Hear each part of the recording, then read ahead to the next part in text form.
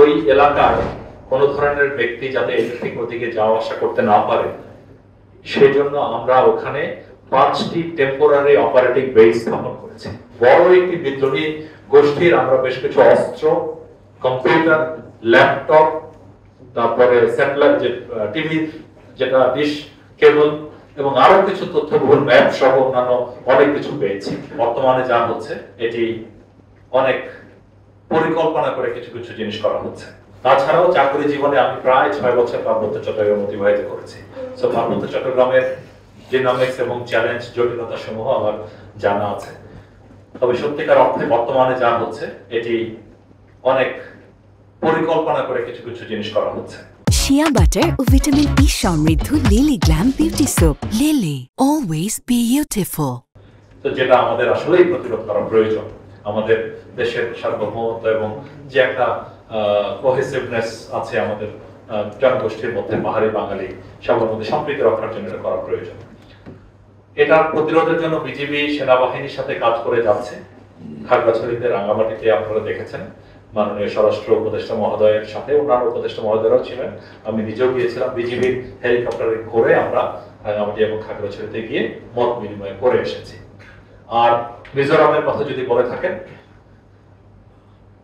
Bangladesh, Myanmar এবং মিজোরাম যেটা আমরা বান্দরবনের দিকে পড়েছে, ওই সীমান্তের মধ্যে একটা এলাকা আছে যেখানে 3 দেশের সীমানায় অবস্থিত।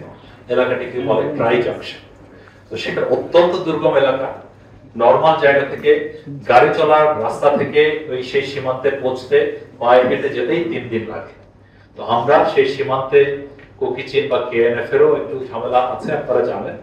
তো ওই এলাকায় কোনো ধরনের ব্যক্তি যাতে ঠিক ওদিকে যাওয়া আসা করতে না পারে সেজন্য আমরা ওখানে 5টি টেম্পোরারি অপারেটিং বেস স্থাপন করেছি।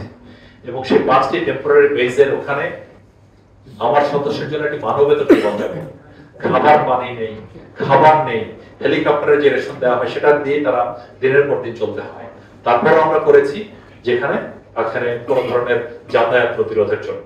তবে আপনারা কেউ যদি ওদিকে গিয়ে থাকেন, বাংলাদেশের সবচেয়ে দুর্গম এলাকা হলো, পার্বত্য এলাকার মধ্যেও সবচেয়ে দুর্গম হলো সেই এলাকা।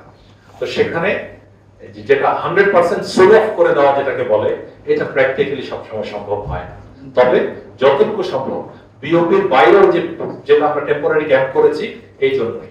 এবং কিছুদিন আগে আমরা সেখানে এই যে পরিশ্রমের যে সাফল্য আসে, আমরা বেশ বড় একটি বিদ্রোহী গোষ্ঠীর আমরা বেশ কিছু অস্ত্র, কম্পিউটার, ল্যাপটপ, তারপরে স্যাটেলাইট যে টিভি, যেটা ডিশ কেবল এবং আরো কিছু তথ্যবহুল ম্যাপ সহ অন্যান্য অনেক কিছু পেয়েছি।